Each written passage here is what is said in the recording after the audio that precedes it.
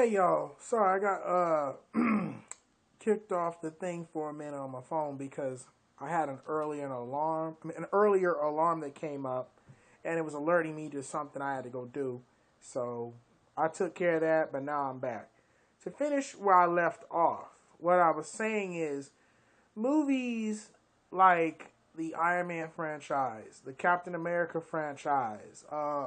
I really don't want to say Thor's franchise because, as anybody knows, Thor was progressively getting good, but it's really like he had nothing. I mean, I've heard people say Thor became really good for me after uh, Infinity War. Like they redeemed him, so almost like they revitalized him. And I personally, I don't know about anybody else, so don't hate me for what I'm about to say, but personally, I hated Ragnarok. If you want to know why, leave me a comment. I will make a video and I'll tell you why. But I hated Ragnarok. Um, but yeah, I'm just not 100% impressed with what I'm seeing. Like a good way for me to really sum up a prime example or the gist of what I'm saying is that Age of Ultron, which was a really big deal at the time. Like, I actually had a coworker tell me one time, he's like, dude, Age of Ultron was amazing. You need to go see it. And I hadn't seen it yet because, so busy working and whatnot. But I went to go see Age of Ultron, and I liked it. It was good. It was nice. I watched it a couple of times after it came out. But it felt more like a play when I rewatch it. Like everything with them feels kind of like a play. Everything happens on cue, and there's no room to kind of really put yourself as a viewer into their situation and see how they came up with it. Like I remember there's this one scene in Age of Ultron. This one I was just thinking about on the way to the mailbox. They Ultron had just left, and they were trying to figure out where he might have gone, and Strucker was dead. And it's like, okay, now he's killed Strucker, so we know he went there. What else might he do? Where else would he go? So they dug through Strucker's files and whatnot, see who all Strucker might have known. And I'm thinking to myself, if this was a real life situation, why would you go through Strucker's files first? Just because he died? Okay, sure, I could see that. But then, the very first picture they come across, which happened to be Ulysses Claw, it's like, okay, well, hey, guess what? This is our lead now. This guy, Ulysses Claw, was in his, so-and-so, his box of so-and-so. And it's like, what's this? It's like, those are tattoos. No, those are tattoos. This is a brand. And it's like, where is this brand from? Oh, Wakanda. And I was just like, you guys are kind of coming up with this pretty fast. But I understand it's a movie. So in a movie, you're supposed to come up with this stuff pretty fast and jump so-and-so. But like I said, it didn't leave a lot of room for me as a viewer to put myself in those shoes and understand, how you got from A to B to get us all the way down to Z. It just felt like everything was so rapid here and there, and this and that. That's one of the reasons why I personally didn't love the Iron Man franchise. Not the comic books and TV series, so I'm talking about the movie-wise. So the trilogy, I did not like that at all. I liked the first movie because it was like they were really trying to make a good movie, and it gave me a lot of hope that from this movie, there will be other movies just as good. But then when they came out, Iron Man 2, it was good too. And I really liked it because they had, Don Cheadle come in as Rhodey. Even though I thought that was really messed up to replace one brother with another brother. And then on top of which, he didn't really seem like he had the same kind of feel for the role that Terrence Howard had. But to see War Machine and Iron Man, fight off those drones together was pretty amazing. So, But then when it came, of course, I'm very certain there's a lot of other people who agree with me here. When they came out with Iron Man 3 and the whole, I'm not the Mandarin, that was disappointing. The Ten Rings, the terrorist organization, all the build-up towards the Mandarin, and we got some guy pretending to be the Mandarin. and the real Mandarin was just some rich guy who had a grudge or an axe to grind with Tony Stark. Wow.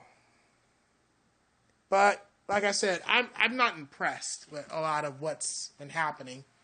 I'm just thrilled enough that we're trying. You know what I'm saying? I'm really just thrilled that we're trying, that we're going in a positive comic book direction, that generations from now are going to say, I know Iron Man, I know Batman, I know Superman, I know so-and-so, because I grew up in a generation where we watched them. They were the summer thing to watch. That's really great to know. We may not be perfect, but we're building a generation where we're going to get perfect. It's almost like wrestling. Wrestling isn't great all the time. Sometimes they're good on a Monday. Sometimes they're good on a Tuesday. Sometimes they're good at a pay-per-view. Sometimes they're good. Well, I can't say a house show. I've been to house shows. House shows suck. Sometimes they're good at a WrestleMania. You know what I'm saying? It's not an any given day thing for either wrestling or comic books. But I feel like comic books, more often than not, reach certain people who to them will say on this given day that this movie came out, this movie reached me. There are going to be people who are going to say that Thor Ragnarok was amazing. There are going to be people who are going to say that Black Panther was untouchable. There are going to be people who are going to say that Age of Ultron is something they could have just left on and said the end of it and I would have been fine, or, whatever you're going to say is what I'm saying. There are going to be people who are going to say those things, and I'm glad they are. I just don't want the interest in comic books to dry up, because comic books is a great industry to be into. It's got history. It's got backing. I mean, it's got a lot of great characters who you can really be into. And I mean, it speaks to everyone and everywhere. It's just a subcultural thing that has been building for years. And I really think that anybody who's like, comic books is not worth my time is doing themselves a major disservice. It's truly doing themselves a major disservice. If you read books, pick up comic books. Maybe not even just a comic book. Like maybe a graphic novel, maybe, because they do have graphic comic novels. Those things are pretty awesome, But yeah, I mean, it's really hard for me in my mind to understand why anybody wouldn't be into comic books. I mean, they're just really great to me. I mean, I waited a really long time for somebody else to feel the way I do about comic books. I've loved comic books since day one. Not just because of the TV series they were constantly coming out with, but just the overall flair of how things were done. Like there used to be a time where you could lift up a car and throw it and destroy half a block, and it wasn't a problem. They'd rebuild the block in the next episode, in the next comic book, or TV series, and then that was it. That was just it. But nowadays, you're so worried about property damage and, collateral damage and people getting hurt. I mean, it feels like, so much of real life tangibility has gotten into comic books where, you're kind of creating a box around what stories you can kind of tell. Everything kind of becomes repetitive after a while, or redundant, because of the layers of what you're putting in these comic books. And another thing, too, that bothers me about comic books right now, too, oh my gosh, there's so much that bothers me about comic books. I don't have time to run through all of it, but because the last video was 20-something minutes? This one's going to be about 20-something minutes, too, just because I got to run through as much as I can before I get off. But another thing that bothers me about comic books right now is that villains are becoming heroes, and all the heroes are fighting each other at some capacity.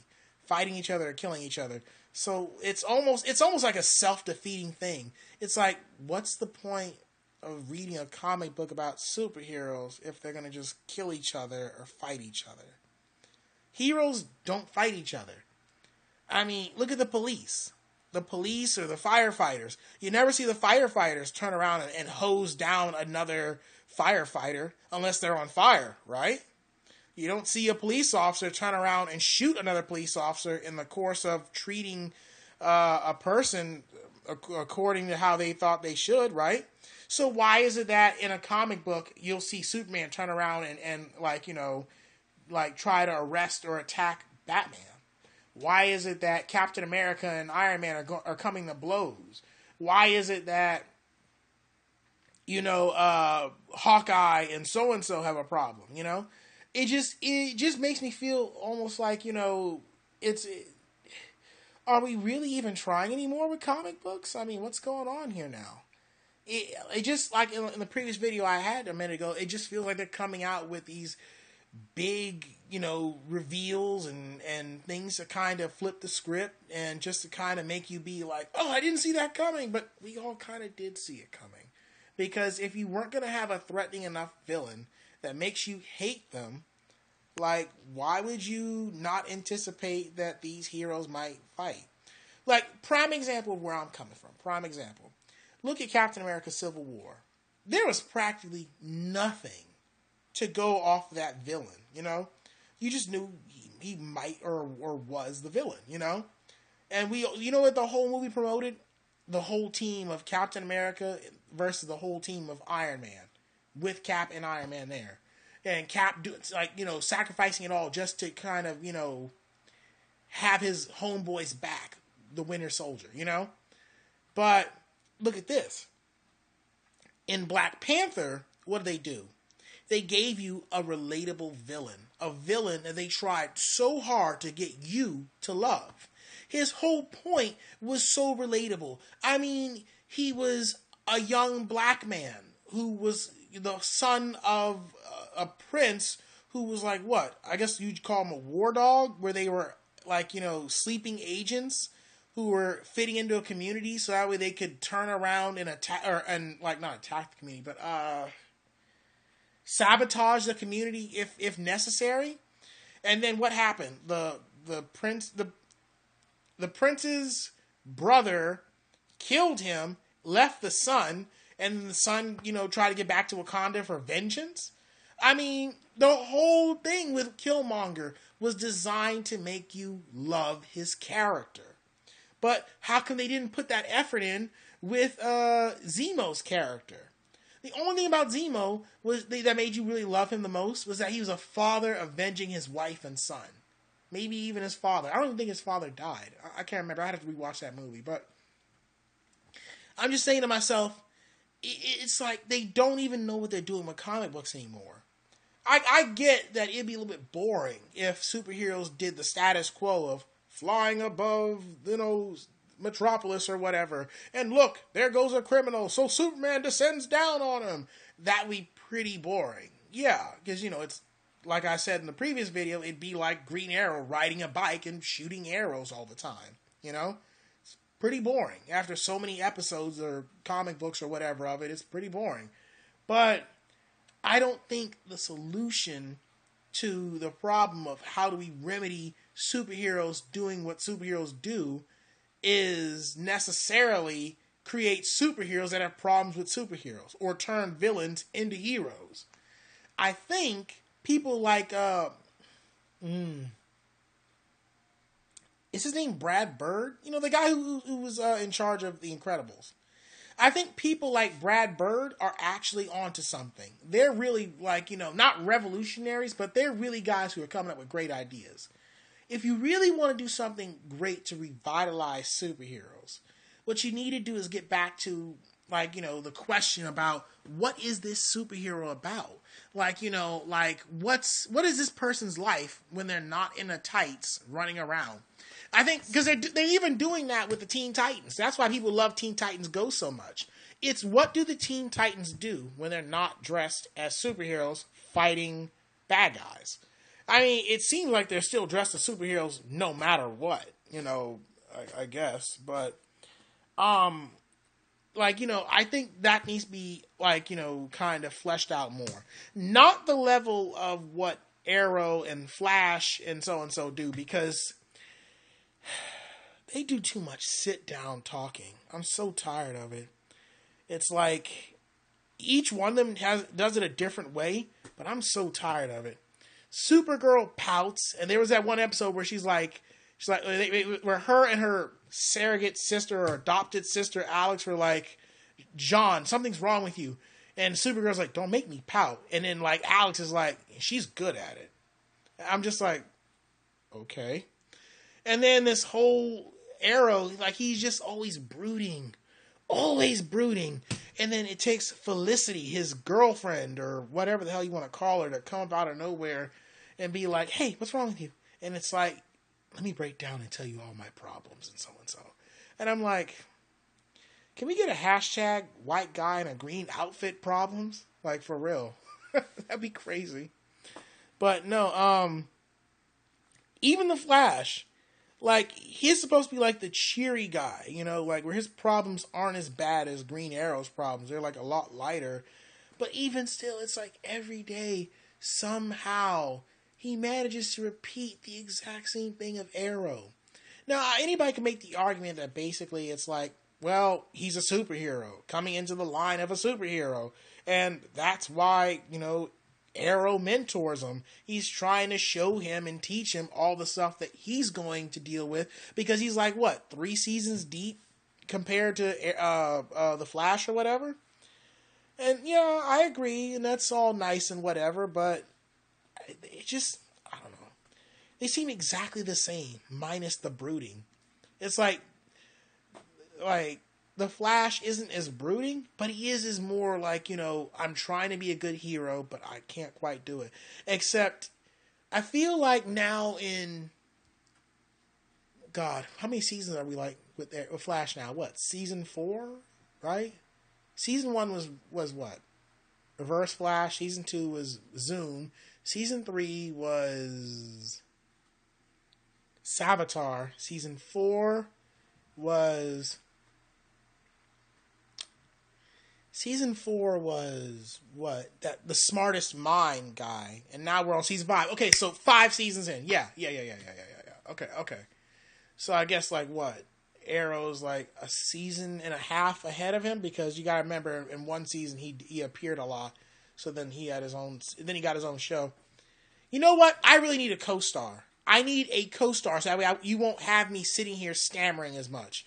I'm telling you, anybody who's watching my videos, if I had my own co-star and my own effects guy and so, believe me, a lot more things will be different. But I'm going to get back to the real topic, other than, like, you know, my own personal problems with my podcast. But, like,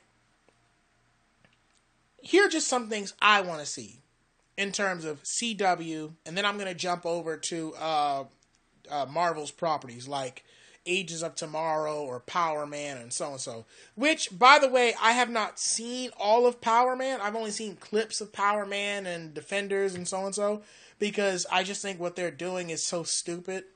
Why would you call them the Defenders? Everybody knows, I mean, anybody who reads comic books knows the Defenders is Namor the Submariner, Doctor Strange, and the Hulk.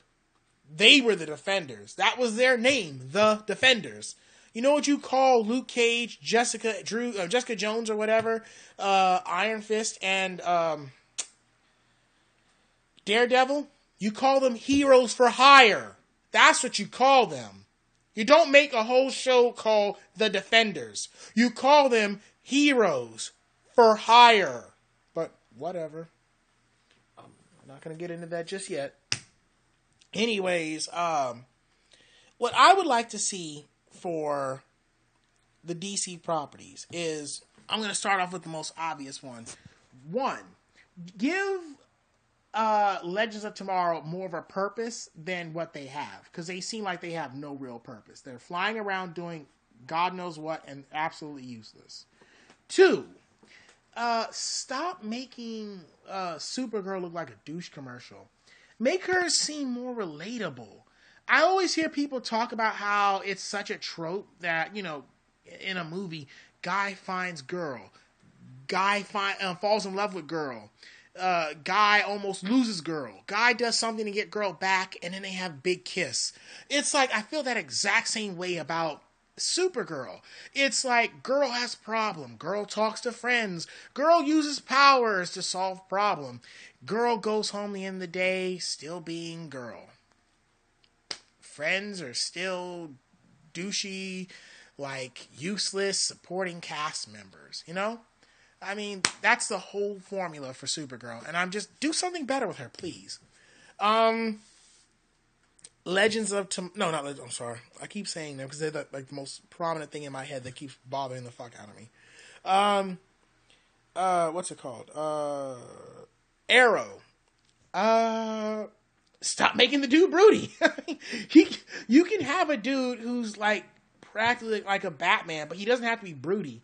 Like, one thing I've always seen from Arrow in the comic books is that he's every bit as capable, sharp-witted, able to match Batman on so many levels without being broody. He he's a comedic guy, but he's also, I can get stuff done. And I think that's something that they failed in. Like, I know for a fact when they had Smallville and they introduced Green Arrow, that guy, compared to Stephen Amell's Green Arrow, was hilarious. And I thought he was terrible prior to watching Arrow. But I'm just so tired and done with this whole, brooding white guy with his problems and, all this stuff that happens to him. I feel like the show's become so much bigger than Stephen Amell's character. You've got Black Canary, you've got Black Siren, you've got, the team, it's so much bigger, but we keep getting back to Arrow only because the name of the show is Arrow. But I feel like it's time for his show to evolve. Maybe change the name. Maybe start making it to where everybody's the main character or something. I don't know, something. Stop focusing on this one guy, giving him the world's problems practically. Your father shot himself in the head. Your mother was stabbed through the chest. They were both part of some consortium where they were trying to unlock, they do the undertaking or whatever, some crap. Your sister isn't your full blood sister. She's half your sister from some cheat, or not cheat, like there's some relationship or whatever where your mother was cheating. It's just, it almost feels like Jerry Springer, almost, except way worse. It's like if somebody sat down and said, "Hey Jerry, we know how we're gonna save your show. How are you gonna save my show? We're gonna turn your show into like some kind of superhero drama." It's like, what? Yeah, we're gonna dress up one of your people as like fucking Green Arrow, and the chick in question is gonna be Black Siren or White Canary or Felicity Smoke or some female character. It's just it's really almost like Jerry Springer. I don't think they could even ruin the show by bringing in Jerry Springer, like Jerry Springer, Montel, Bill Cunningham, or Maury. There's no way they could ruin the show if they even added those guys. Shit. It's like, it would be like that one episode where the Flash tripped on marbles. Really? Tripped on marbles. It's like, what the fuck, bro? And Flash, stop doing stupid shit. Please. Stop doing stupid shit. I'm going to cut this video and do my third video, and that'll be it for right now. So, to the next episode.